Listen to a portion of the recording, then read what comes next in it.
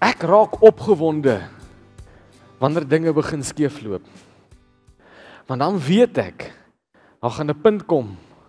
Daar gaan 'n punt kom waar God ingryp. En wanneer hy ingryp, dan gebeur daar altyd iets mooi, iets wonderlik. Die gemors moet jou en my ook opgewonde maak. Sien, van die heel begin af, van reg in die begin van die woord af, sien ons hoe God iets wat lyk soos niks nie, iets wat dood en soos 'n gemors lyk, vat en hy omskep dit in iets mooi. As jy wil, dit is seker een van die maklikste verse om te kry in die Bybel, Genesis 1 vers 1 en 2. Jy hoef nie te sukkel om by hom uit te kom nie. Daar waar die lettertjies begin klein en baie raak, behoort jy om te kry. Genesis 1 vers 1 en 2. In die begin het God die hemel en die aarde geskep. Die aarde was woes en leeg en donkerte was oor die oerwater, maar die gees van God het oor die water gesweef. Nou ek wil vinnig net vir julle iets interessant hier deel. Weet julle dat God skep nie donkerte nie. God skep nie iets wat woes en leeg is nie. So die baie slim teoloë, die baie slim mense wat net tyd het vir lees en boeke, en dis gewoonlik die mense wat ook minder hare ontwikkel. Daai mense reken dat iewers dit tussen Genesis 1 vers 1 en 1 vers 2 het daar iets gebeur. Iets groots het gebeur. En ons weet nie wat dit is nie, ons weet nie, maar hulle reken dat tussen vers 1 en vers 2 heel moontlik was daar 'n engel met die naam van Lucifer wat in rebellie gegaan het teenoor God. Wat 'n derde van die engele in die hemele opgesweep het om hom te volg, wat gevoel het, ek verdien ook 'n bietjie eer, ek verdien ook 'n bietjie mag, hulle moet ook bietjie vir my kyk, en vir my sê, ag jy sing so oulik, en jy speel so oulik, en dit wat jy doen is so mooi. Hy het 'n rebellie gehad, en die slim mense reken, dat tussen vers 1 en 2, was hulle uit die hemel uitgeskop, aarde toe, waar hulle dan sou heers, as die koning, as die God van hierdie aarde. En daarom, nadat God die aarde gemaak het, en hulle soontoe gestuur het, daarom, lees ons vers 2 wat sê, die aarde was woes en leeg, en donkerte was oor die oerwater. Sien, so reg van die begin af, sien ons dat daar's 'n gemors, daar's 'n probleem, daar's iets wat nie lekker uitwerk nie, iets wat nie reg sit nie, iets wat nie is soos wat dit bedoel was om te wees nie, en dan lees ons die baie bekende woorde van God wat op die toneel verskyn en sê, wat is sy woorde? Laat daar lig wees. Ons sien in hierdie situasie waar daar donkerte is, waar dit woes en leeg is, verskyn God en hy verander dit skielik in iets wat lewe het. In iets wat beeldskoon is. Het jy al langs 'n rivier onder 'n boom gesit net nadat dit gereën het? Daar's min goed wat so mooi is soos dit. Het jy al vroeg in die oggende langs die strand gestap, net soos wat die son opkom? Sou jy kon glo dat eens was dit woes en leeg en gevul met donkerte? God vat hierdie situasie en hy omskep dit in iets wat beeldskoon is, wat mooi is en vol lewe. Maar sien, net soos wat God die wêreld rondom ons herskep het, net soos wat hy hierdie aarde waarin ons leef, gevat het van woes, leeg en gevul met donkerte, na iets wat lewe het en beeldskoon, net so kan hy daai situasie in jou lewe, wat voel asof dit woes en donker en leeg is, kan hy omskep in iets wat beeldskoon is en wat lewe bring. Glo jy dit? So ons was nou heel in die begin van die Bybel, en nou gaan ons hier min of meer amper tot by die einde, Efesiërs 2 vers 1. Efesiërs 2 vers 1 is 'n pak slaafvers. Paulus sê vir die mense, julle was dood deur die oortredings en sondes. Die engel sê, as for you were dead in your transgressions and sin, as gevolg van jou natuur, nie eers noodwendig van jou besluite nie. As gevolg van die sondige wêreld waarin jy gebore was, is jy dood, sonder lewe. Sommige sou sê woes en leeg en gevul met donkerte. Sien, ons almal was op 'n stadium woes en leeg, gevul met donkerte, vanweë die sondige natuur waarin ons gebore is. Maar, en ek loof die Here vir elke keer as daar 'n maar in die Bybel verskyn. As jy jou woord lees en jy kom op 'n plek af waar hy sê maar, weet maar jy kan opgewonde raak. En ek weet julle het al die preek gehoor, ek weet julle het al 'n soortgelyke preek gehoor. En waaroor ek vanoggend met jou wil praat, is die woorde maar God. Want sien, 'n situasie kan hoe woes en leeg en donker lyk, maar God. Efesiërs 2 vers 1 sê, julle was dood deur die oortredings en sondes. Vers 4 tot 5 sê, maar God, ryk in barmhartigheid, het ons alhoewel ons dood was as gevolg van ons oortredings op grond van sy groot liefde, waarmee hy ons liefgehad het, saam met Christus lewend gemaak. Uit genade is jy verlos. Dalk sit jy hier vanoggend en dink, my lewe is definitief, val beslis onder die kategorie van woes. Die dinge lyk nie lekker nie. Dalk sit jy hier vanoggend en jy sê, my lewe is leeg. Ek het niks en ek het niemand nie. Dalk sit jy hier vanoggend en jy sê, my lewe is gevul met donkerte. Ek sien nie die lig nie, daar is nie hoop vir my nie.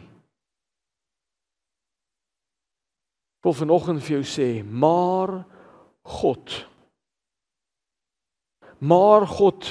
het jou so lief gehad, maar God was so ryk in barmhartigheid vir jou, dat alhoewel jy dood was as gevolg van jou oortredings, op grond van sy liefde, waarmee hy jou lief gehad het, het hy jou saam met Christus lewend gemaak. En uit genade uit is jy verlos. En dit is die waarheid. Elkeen van ons se lewe was al op 'n punt waar dit woes en leeg en donker was. Kan julle saam met my getuig? En ek is seker daarvan, daar's van julle wat hier sit vanoggend, wat kan getuig dat ek is heiliglik op daai oomblik.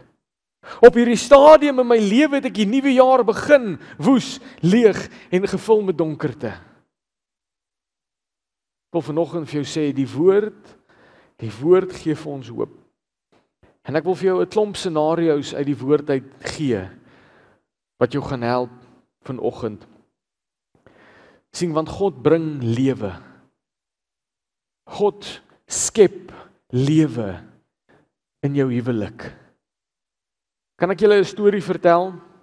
Abraham en sy vrou is op reis. Hulle is op pad en Abraham raak skielik bang. Weet julle van wat 'n storie praat ek? Terwyl hulle besig is om te reis, raak Abraham bang vir hierdie rede. Hy raak bang want Sara is baie mooi. Dis sy eie vrou, maar hy raak bang want sy is mooi. Nou hoekom op aarde sou Abraham bang raak omdat hy 'n mooi vrou het? Sien, die plek waarheen hulle op pad was, of die plek waardeur hulle sou reig, was geheers deur 'n koning met die naam van Abimelech. Dis die koning van die omgewing waardeur hulle gereis het. En Abraham het geweet dat Abimelech sou nie gevra het of kon hy vir Sara kry nie. hy sou haar gevat het. En as Abraham haar nie wou opgee nie, sou hy omgekom het. En Abraham maak 'n foutjie. Hy begaan 'n verkeerde keuse. Hoor wat doen hy?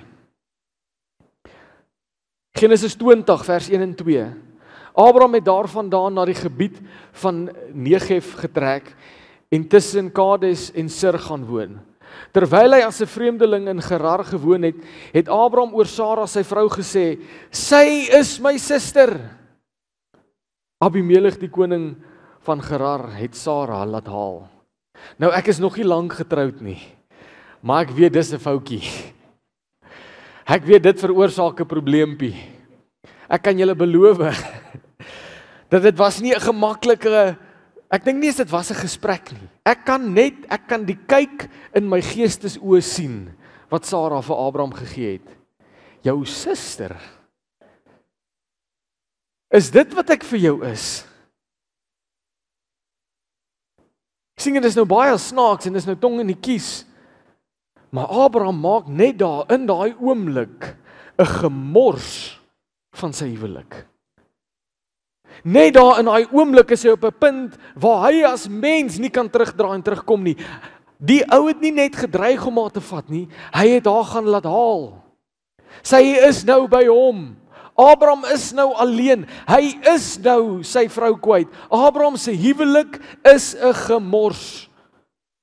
Woes, dood, leeg, gevul met donkerte. Maar God in Abraham se huwelik. Hoor wat sê vers 3. So ons het nou vers 1 en 2 gelees. Vers 3 sê, maar God het in 'n nagtelike droom aan Abimelech gekom en vir hom gesê, kyk, jy gaan sterf oor die vrou wat jy geneem het, want sy behoort aan 'n man. Maar God, sit jy hier vanoggend en voel, Here, ek het 'n gemors gemaak van my huwelik.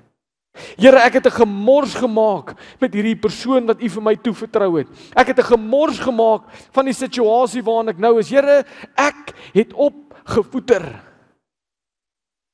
Ek wil vir jou sê vanoggend, maar God kan in 'n oomblik intree en die situasie kom verander.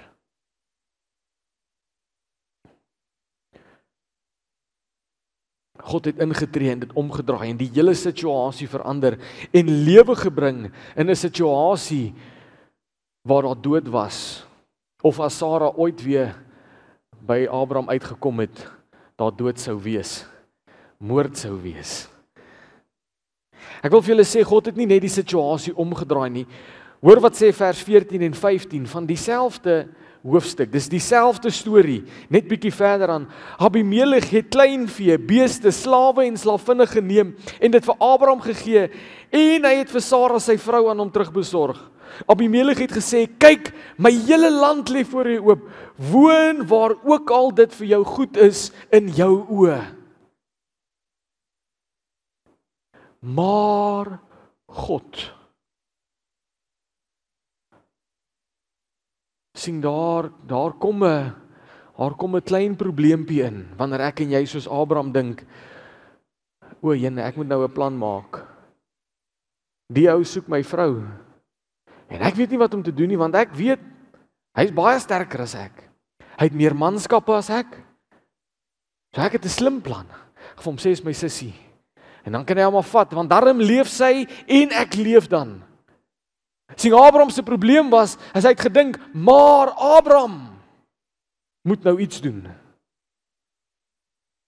In plaas daarvan om te dink, maar God.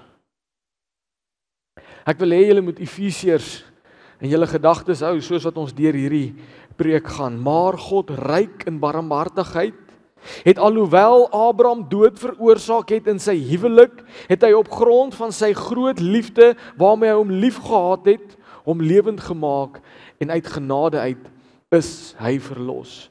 Maar sien, dis nie net waar vir Abraham nie. Dis nie net waar in jou huwelik nie. Sien, soms mors ons in ons familie op. Soms maak ons die mense naaste aan ons seer. Jakob, Abraham se seun, kla by sy 2 vrouens. Raai oor wie? Raai oor wie kla Jakob by Lea en Rachel? Oor sy skoonpa. Sien skoonouers van die begin af. Dis nie nou onlangs nie. Dis nie in hierdie eeu wat daar 'n konflik is met skoonouers nie. Van Jakob se tyd af. Jakob kla teenoor sy vrouens Lea en Rachel. Genesis 31 vers 7 sê hy, maar julle vader het my bedrieg. Hy het my loon 10 maal verander. Hoor wat sê die volgende sin.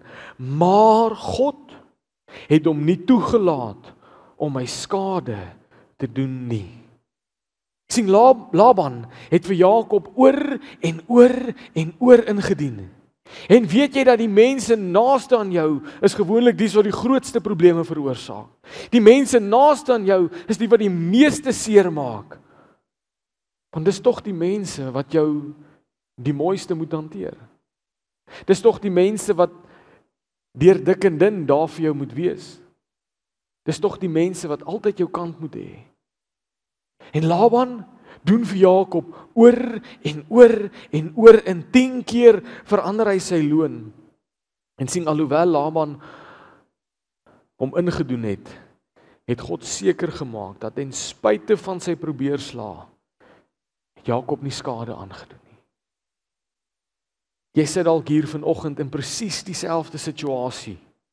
Jy word dalk nie 10 keer oor en oor ingedoen oor jou loon nie, maar as familie, mense naby aan jou, wat oor en oor en oor jou dieselfde seer veroorsaak, wat oor en oor jou dieselfde konflik gee. God sê, as jy aan my vashou, sal ek sorg dat hulle jou nie skade aandoen nie. Maar God, sien baie keer sit mense voor my in die kantoor, gewoonlik jong paartjies, gaan sê hulle, pastoor, ons weet nie wat om te doen nie. My ouers kla ons kom kuier te min, sy ouers kla ons kom kuier te min, ons weet nie wat om te doen nie.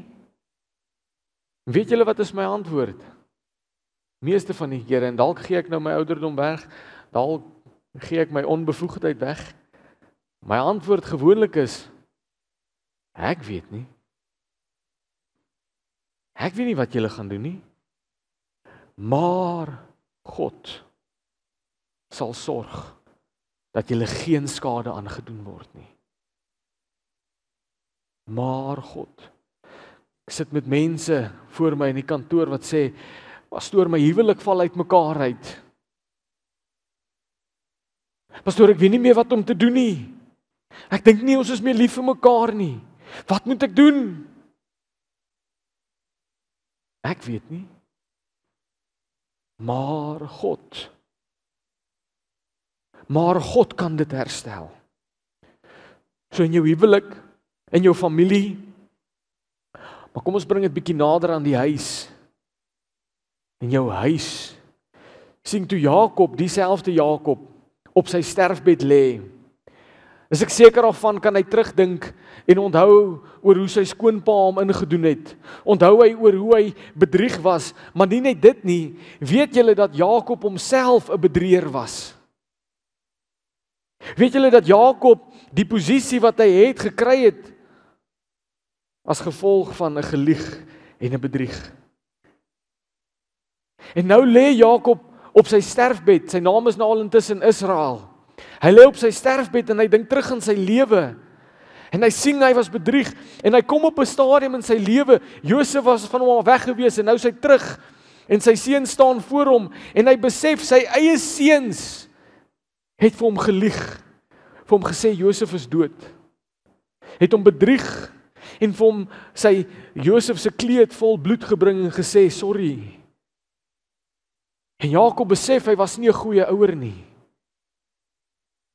Hy besef hy het nie genoeg tyd ingesit in sy seuns en hy het nie genoeg tyd gemaak om hulle die regte goed te leer nie. En hy besef dat hy dalk te min tyd oor het om hulle te leer. Te min tyd oor het om dit reg te maak. Genesis 48 vers 21. Israel, wat dan nou Jakob is, het vir Josef gesê, kyk, ek gaan sterf, maar God sal met julle wees, en hy sal julle terugbring na die land van julle voorouers. Jy sit dalk hier vanoggend en jy dink, ek weet nie wat het van my kinders geword nie. Ek weet nie hoekom is hulle so rebellieus nie. Ek weet nie hoekom is hulle so kwaad. Hoekom is hulle so seer gemaak? Ek weet nie waar het ek fout gegaan nie, maar ek besef ek was nie die beste ouer nie. En ek weet nie wat om te doen nie. Weet jy wat gaan my antwoord wees as jy voor my kom sit in die kantoor? Ek weet nie. Ek weet nie wat moet jy doen nie. Maar God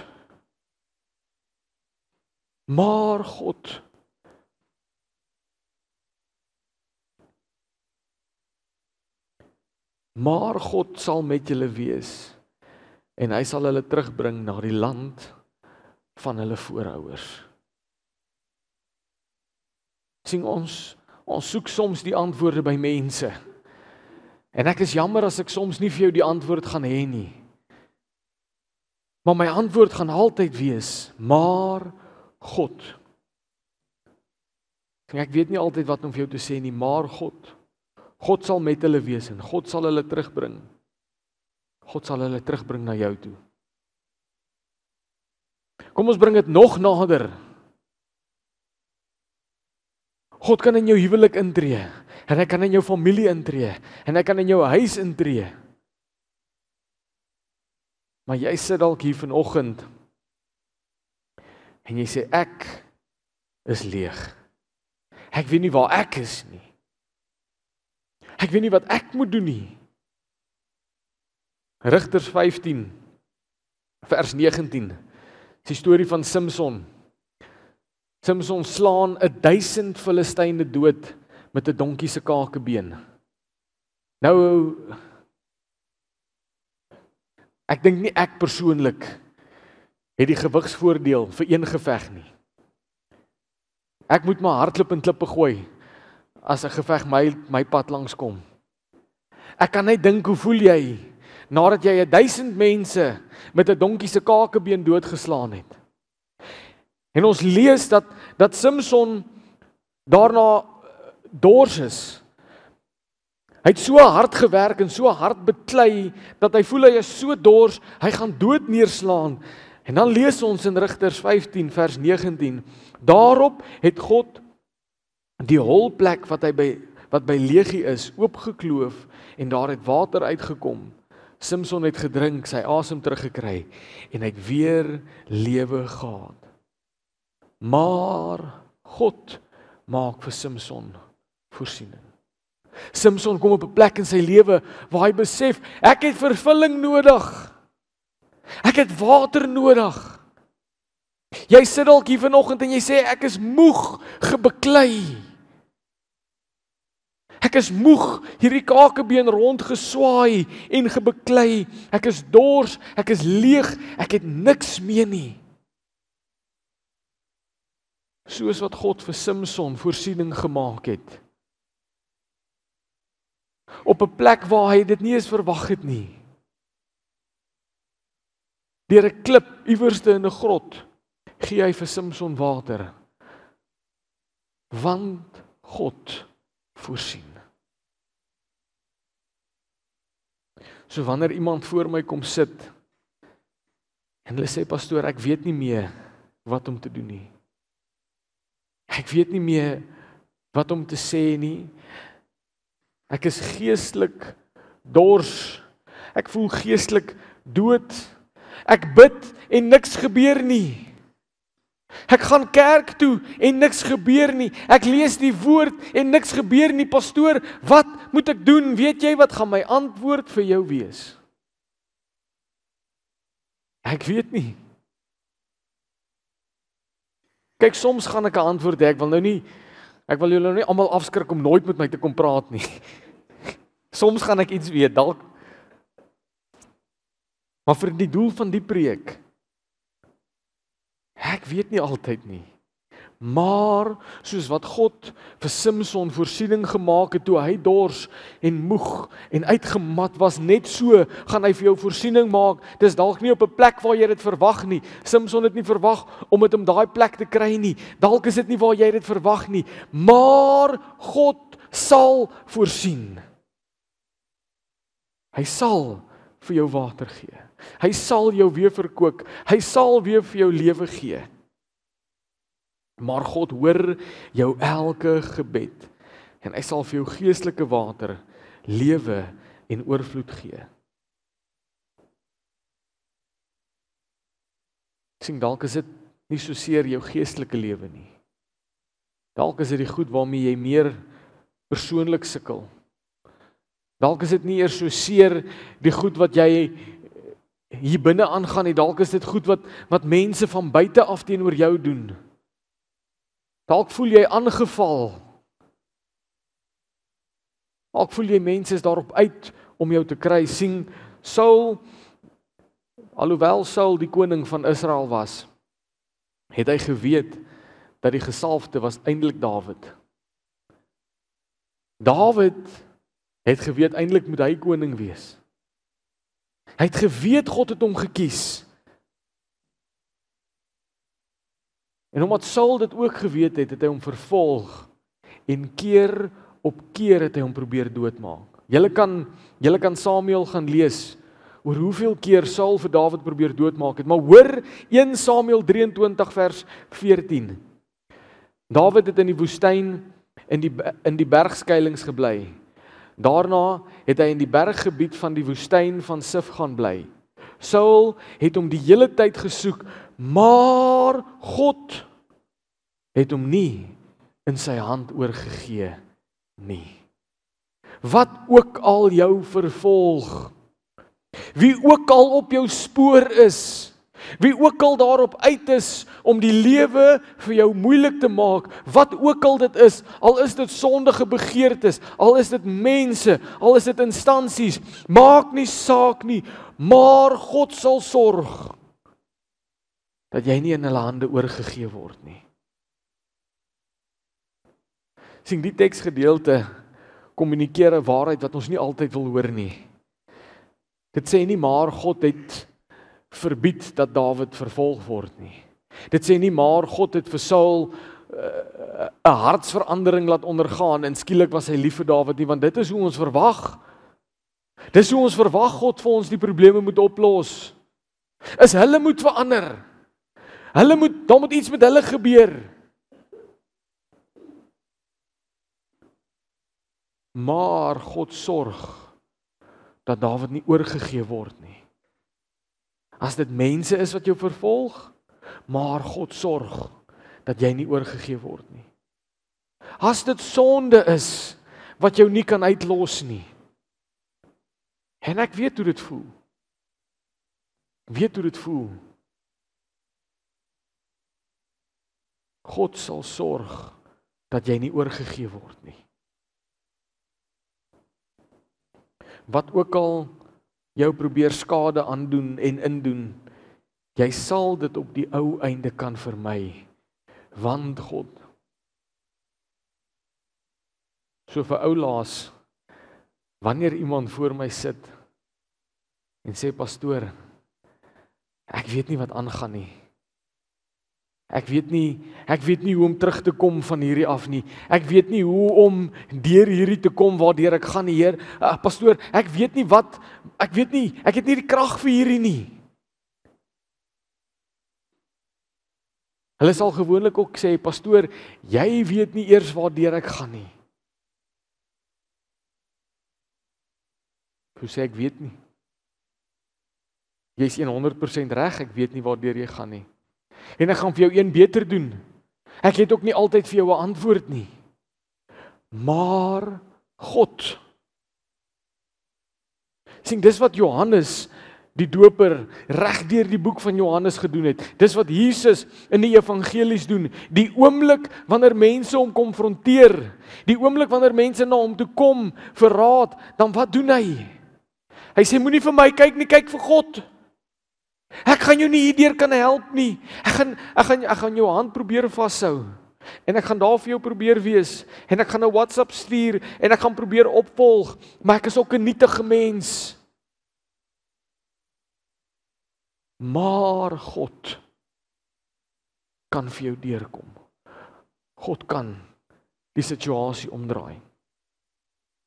Maar God sê vir ons in 1 Petrus 5 vers 10,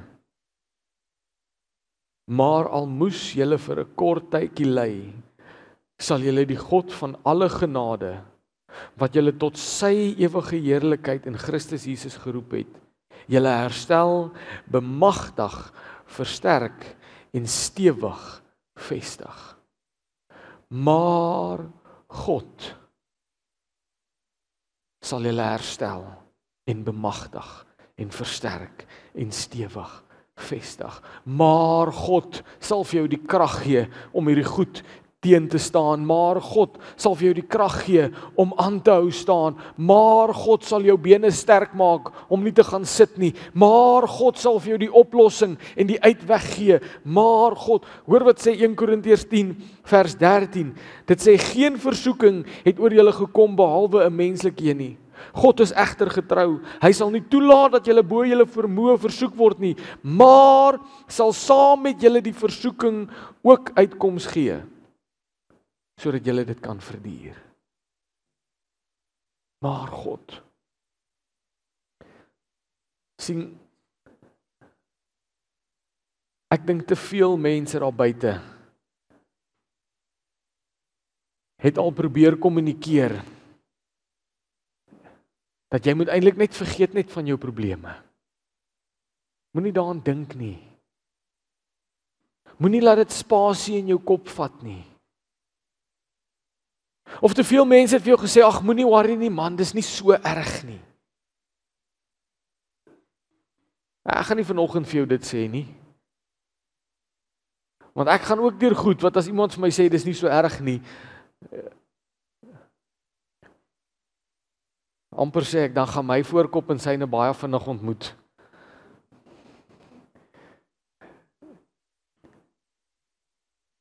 Want dit is soms erg. Ons probleme is 'n werklikheid. Dit waar jy gaan, is nie verniet 'n probleem genoem nie. Dis 'n probleem, want dit is nie lekker nie. En ek wens ek kan nie voor vir jou staan en sê, jy moet hierdie 3 versies gaan lees en dan gaan al jou probleme weggaan. Ek wens daar was 'n resep gewees. Ek wens ek het vir jou al die antwoorde gehad. En vir jou gesê, as jy hierdie Bybelvers bid, gaan die Here jou finansies uitsorteer. En as jy hierdie Bybelvers bid, gaan jou skoonouers die lieflikste mense onder die son word. En as jy hierdie vers bid, weet jy wat? Jou huwelik gaan gered word. En as jy hierdie vers bid, weet jy wat? Jou kinders gaan dan God begin dien. Ek wens, daar was maklike oplossings, maar daar is nie, want God is besig met iets bo my en jou. Sien, al hierdie mense waarna ons gelees het in die woord van God, het in die probleem nog nie die uitkoms gesien nie. Het in die probleem nie gesien waarmee God besig is nie. Abraham het toe Abimelech met sy vrou wegstap, nie die klein vee en die slawe en die beeste en die slavinne en die land gesien nie. Hy was net in die probleem. Maar God was besig. Jakob het nie God se hand gesien toe Laban hom oor en oor en oor ingedoen het nie. Hy het nie gesien waarmee God besig is nie, maar God was besig om hom te beskerm. Dit was deur daai hele ondervinding dat hy in 'n stryd met God kon gaan, in 'n worsteling met God en sy naam kon verander het na Israel toe. Hy het ook nie God se hand gesien toe hy besef het dat dit is te laat om vir sy seuns reg te probeer leer om nie te lieg en te bedrieg nie. Maar God was besig. Samson het nie die water uit die klip sien kom toe hy besig was om die Filistyne dood te slaan nie. Maar God was besig. Dawid het nie altyd gesien hoe God hom beskerm toe Saul hom vervolg het nie. Maar God was besig. Wat ook al dit is in jou lewe waardeur jy gaan vanoggend, jy sien dalk nie die maklike oplossing of die uitweg nie. Jy het dalk nie die regte Bybelverse wat vir jou die uitkoms gee nie. Jy het dalk nie die antwoorde nie. Jy het dalk nie meer die krag nie. Jy het dalk nie alles wat jy voel en dink jy nodig het nie. Maar jy het God. En hy is besig. Hy is besig.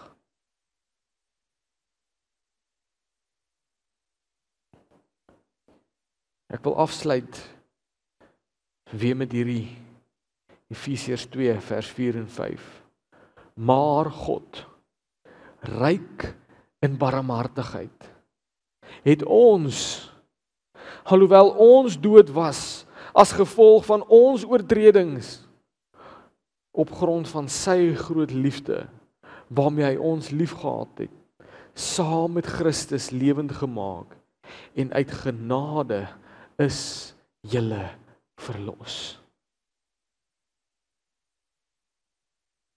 Maar God het jou liefgehad, soveel sodat hy sy enigste gebore seun gegee het. Maar die planne wat God aangaande jou het, is planne van voorspoed en nie teenspoed nie. Maar God, ek wil vir jou sê vanoggend, vir elke situasie in jou lewe wat nie lekker is nie, vir elke situasie wat moeilik is, kan jy sê, maar God is besig. Getuig dit. Spreek dit. Maar God kan my red. Maar God kan my situasie omdraai. Maar God kan vir my lewe gee. Maar God kan my beskerm. Maar God kan my krag gee. Maar God kan my verlos. Maar God kan my genees.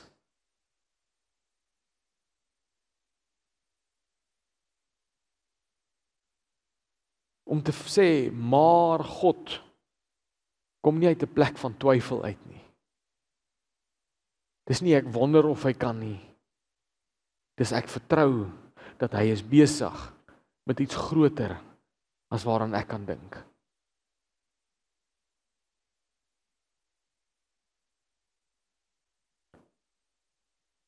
Kan ek vra dat ons net so vir 'n oomblik sal sit en ons oë sal toemaak?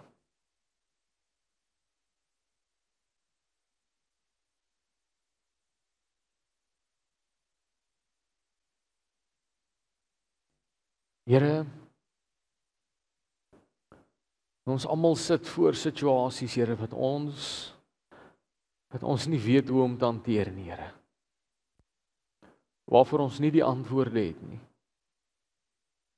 Wat ons nie weet wat ons gaan doen nie, wat ons onsself die vraag vra, maar hoekom moes dit gebeur? Maar hoekom moes dit so uitdraai? Maar hoekom moes ek ingedoen word? Maar hoekom moes ek siek word? Maar hoekom moes dit agteruit gaan? Maar hoekom moes dit skeef loop?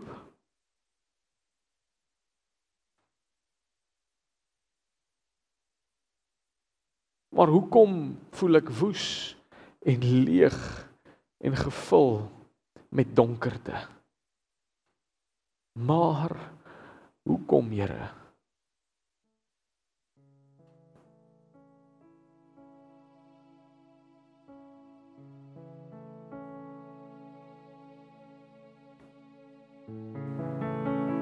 Ek beleef regtig in my gees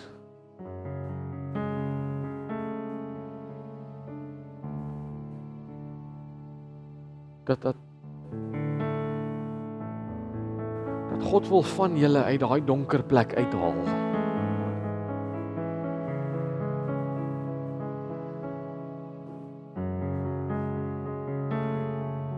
Ek ek beleef in my hart dat hier sit dalk mense en jy's gevul met negativiteit. Jy sien net nie 'n positiewe uitkoms of 'n positiewe uitweg nie.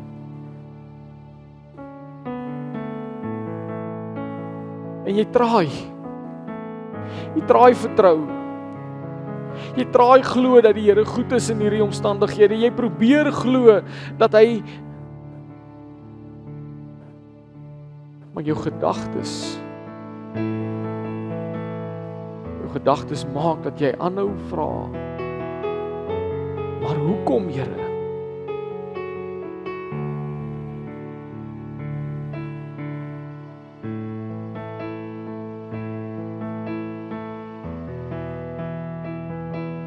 Beleef in my hart dat die Here wil jou vanoggend uit daai plek uit optel. Uit daai diep donker gat uitruk. En hy wil jou voete op die ewige rots sit wat Jesus Christus is. Die fondasie wat nie wankel nie. Die een wat nie misluk nie, die een wat nie foute maak nie. Die een wat jou kan deurdra. Hy wil jou voete op 'n plek sit waar jy weer uitsien vir die toekoms.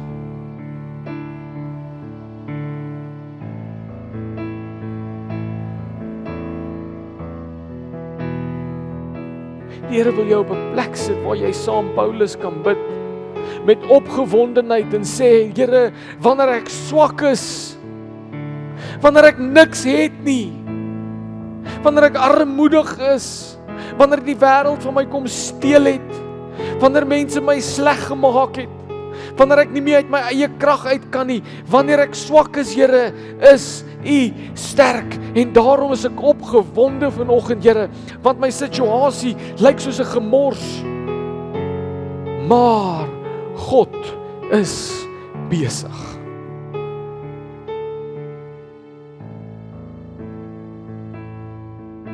Maar God is besig om vir jou 'n alles oortreffende, ewige heerlikheid te bewerk.